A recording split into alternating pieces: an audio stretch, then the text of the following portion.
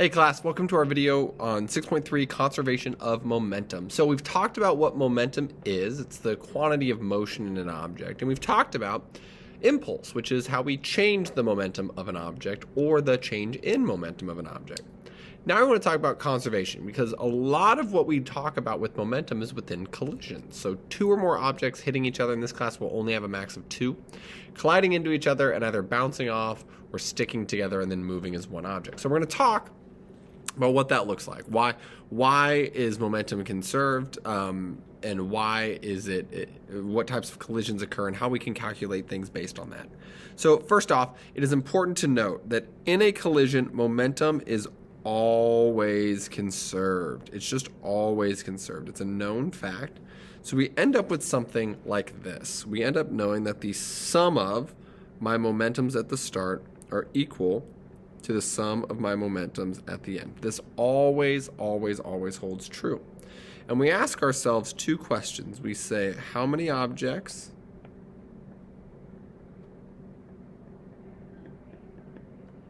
are moving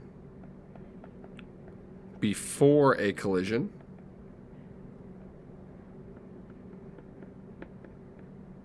And then we ask ourselves the same thing, but we ask about the same thing after a collision. So are both objects moving and they smack and become one object? Is one object moving and then they both start moving, and then are they both moving and then both moving separately? So we have these three different situations that can occur. And because of that, we can try and figure out we can figure out maybe the velocity of something after a collision. We can figure out what type of collision it is. Lots of information can be given from this. So let's talk about these two different types of collisions that we can have. The first is called an elastic collision. In an elastic collision, both momentum and kinetic energy are conserved. So two things hold true. The sum of momentum at the start is equal to the sum of momentum at the end, but also the sum of our kinetic energies at the start equal to the sum of our kinetic energies at the end. This is really hard to create in real life because though momentum is conserved, we know that energy can get transferred between different forms. So for instance, when two billiard balls or pool balls hit each other, they make that really satisfying clack sound. That sound is energy that is transitioned from kinetic into sound energy. It's actually pushing air in and creating sound that way. So we've lost some energy. There's also heat and friction that is produced as they roll along the felt of the table. That is energy. In a car crash, it takes energy to bend metal. That is energy lost that was kinetic energy. So most of our collisions aren't actually elastic. There's something called inelastic, where only momentum is conserved.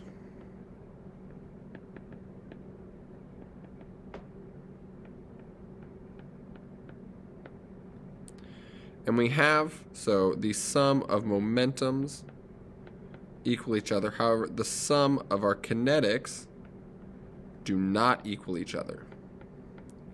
Now there's one special case, and we want to make a note of this. It's called a completely inelastic collision.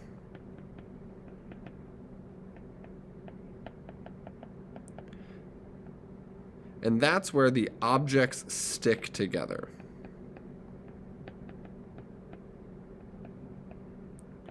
And we're going to see an example of that here in this notes video. So let's go ahead and dive into some examples. We're going to look at three different types of collisions. And we're going to look at one where one object's moving and then the other object is moving. We're going to look at them when they come together and bounce away. And then we're going to look at them when they collide and stick together. So we have quite a few examples here that we are going to work through. So make sure you've got your handy dandy calculator ready to do some math. And let's start talking about conservation of momentum from a math perspective now. So, example one here. We're gonna play some pool. We're gonna have a billiard ball that is 2 kilograms. It's gonna be moving at 5 meters per second. It is going to be hurtling towards a 3 kilogram ball that is at rest. The two collide. They hit each other. And then the 2 kilogram ball is no longer moving. And the 3 kilogram ball is moving off at some velocity. We don't know. So our goal here, find the velocity of the 3 kilogram ball after the collision. And what I'm going to do is I'm going to start all of these problems the same. So anytime I have a collision problem, I'm going to start with this. The sum of momentums at the start is equal to the sum of momentums at the end. And I ask myself that question. How many objects are moving at the start? Well, we have one object moving at the start. So this is that first object, object 1. And normally we just call like object 1 and object 2. At the end, only object 2 is moving. So the momentum of the second object, final. And if you can get to this point, if you can get here, you understand conservation of momentum. The rest is just algebra. So again, look at all the work we've done just to understand, hey, when things collide together, I need to know how many are moving before and after they hit. So now we can plug in our equations. This would be M1 V1 initial is equal to M2 V2 final. I can plug in some values. So that first ball is 2 kilograms times 5 is equal to 3 kilograms times that V2F. 10 equals 3 V2F. Divide both sides by 3. And we end up with a final velocity of 3.33 meters per second as my final answer. That's a really bad box. Much better. So again, we ask ourselves those questions, right? What's moving at the start, what's moving at the end, and then we can calculate out their momentums. So let's look at another example where we're going to have objects moving either both on one or the other side. We'll have to ask ourselves those questions again, right? So here we go. Example 2.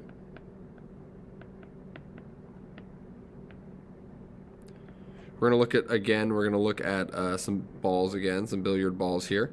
So this one is going to be 4 kilograms. It's going to be moving to the right at a velocity of 6 meters per second. Then we have another object on the left here moving at it's 5 kilograms and it's moving at a whopping 3 meters per second. When they collide, so they collide with each other, and the first ball, so that 4 kilogram ball, is now going to be moving to the right with a velocity of 2 meters per second. 3, 5. How quickly is that second 5 kilogram ball moving? So again, we're going to assign these ball 1 and ball 2 just for our denote. But like I said, our goal, find the velocity of the 5 kilogram ball after the collision. All right, so we take these, we got our sum of momentums, right? So sum of momentums at the start equals sum of my momentums at the end. Now, this is where it gets trickier because now we have 2 balls that are moving at the start and we have 2 that are moving at the end. So we get a little bit more into the weeds of some variables that are going to be bouncing around. So I have momentum of the first one at the beginning plus momentum of the second one at the beginning is equal to the momentum of the first one at the end plus the momentum of the second one at the end. Well, looky there. Again, if you can get to this point, you understand the concept of conservation of momentum. Now it's just getting into the weeds of some algebra. So M1 V1 initial plus M2 V2 initial equals M1 V1 final plus M2 V2 final, Whew, that's a lot of variables. So don't stress out on me. All the information is sitting right here in our original problem, okay? So the first ball has a mass of 4 kilograms and it's moving to the right at 6 meters per second. Second ball has a mass of 5 and it's moving to the left, so it's negative 3 meters per second. Then the first ball has, again, that 4 kilogram mass and it's moving to the left at 2 meters per second.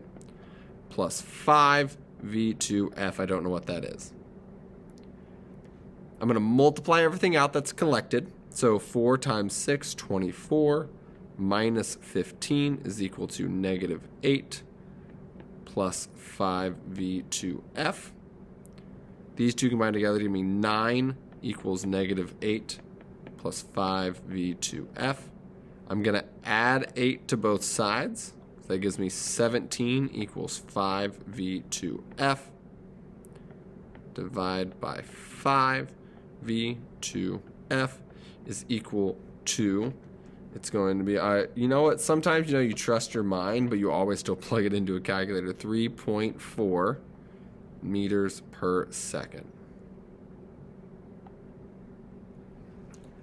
Now, let's logic check this real quick. If one bounces in the opposite direction, the other probably will start moving in the positive direction. So it makes sense, right? They clack and then move away. Especially when the 5 kilogram ball had the lower momentum to start with. So it's not going to overpower the other billiard ball. So this is a great example of we have two things moving.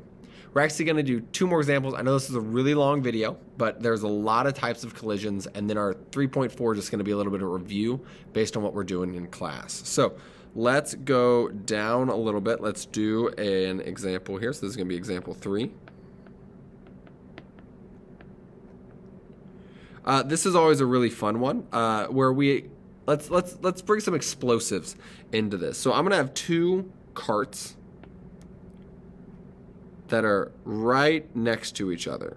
They are at rest. Cart 1, we're going to give them both mass. He has 5 and 4 kilograms are my masses. And I'm going to put a small firecracker in between them. Firecracker. Okay? Firecracker explodes. And the carts are thrown outward from the explosion.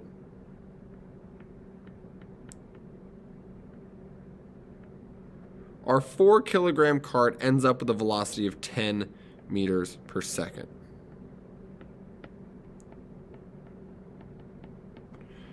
How fast is the 5 kilogram cart going? So our goal here, find the velocity of the 5 kilogram cart after the explosion. So it comes in, explodes, they go off. Well, as I've started all my others, sum of momentums at the start is equal to the sum of my momentums at the end. You should have had that written down. We kind of understand what's happening. But before the explosion, nothing's moving. So the left side of my equation ends up being a 0. And I end up with 2 objects moving at the end. Object 1 final plus object 2 final. Wait a second, Mr. Clark. How can these equal 0? Well, one's probably going to be positive, and the other one's got to be negative, and they add up to a total momentum of 0. This same thing happens if you've ever been ice skating, and you and your friend are standing next to each other, and you push off of each other. Your momentum started at 0. So then you have equal momentums, and it makes sense that maybe the larger one doesn't move as fast while the smaller one moves a little bit quicker. So let's continue to solve this out. So 0 is equal to M1V1 final plus M2V2 final. We're going to left to right. 5 kilogram is 1. So we have 5, 0 equals 5 times V1F. Ooh, wait, negative 5 because it's going left. Oh, that's the mass. Come on, Mr. Clark. So V1F plus 4 times 10 because it's moving to the right. So I end up 0 equals 5 V1F plus 40. I'm going to subtract the 40 across. It's going to be negative 40 equals 5v1f. Divide by 5. And that gets me a final velocity of negative 8 meters per second. So that makes sense that the larger object is moving slower and also in the opposite direction, because in order to compensate for a forward momentum, I would need an object moving backwards to compensate. All right, last one. We're going to do a fourth example here. We're going to crash two cars into each other, and we had fun in class crashing some Tesla cars into each other. So some Tesla trucks.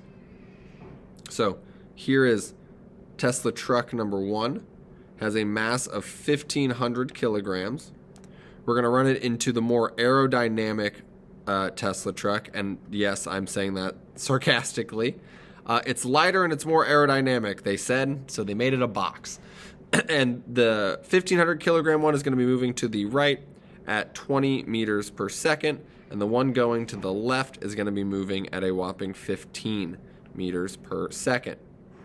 They collide in each other, so we're going to have our collision. And they stick together. Let's see how good Mr. Clark can draw a stuck together Tesla truck. And I want to know, what's the final velocity? I'm not going to point an arrow this time because I kind of don't know. Which way is it going to be moving more to the right? Is it going to be moving more to the left? I honestly can't tell you until we kind of solve this through. So again, our goal, find the final velocity of the two trucks. That's my question. So I start the same way. Sum of momentums at the start equals sum of momentums at the end. Well, at the start, I've got two objects moving, so momentum 1 initial plus momentum 2 initial equals how many objects are moving at the end? I have two of them, but they're meshed together. So what are they, one or are they two objects? Think about it for a second. If you are latched onto something, do you become one whole object, essentially? And the answer is yes. It's why you wear your seatbelt, because you want to hook yourself into your car so that you are safer as one giant mass as opposed to kind of a free-floating mass. So we have the momentum of 1 and 2 together at the end. If you get this, you understand the concept of conservation of momentum. M1 V naught or V1 naught plus M2 V2 naught is equal to M1 plus M2 times V final. 1,500, we're just doing algebra now, times 20 plus 1,000 times negative 15 is equal to 2,500 VF. So I'm going to make sure, now I'm going to multiply these things through. So we're going to have 30,000 minus 15,000 is equal to 2,500 VF. This becomes 1,500 equals 2,500. Sorry, I'm putting too many zeros there. 2,500 VF. Divide both sides by that 2,500. And we end up with a final velocity of positive 6 meters per second. And that makes sense because, again, we can see the heavier objects moving faster. So it's probably going to run in and it's going to have more momentum. So we'll continue moving off in that direction. Now we've seen 4 different types of collisions. You have more than enough information now to go and get started on worksheet 6.3. I hope this was helpful. If you have questions, please reach out in class or via the contact me form. And as always, don't forget to be awesome.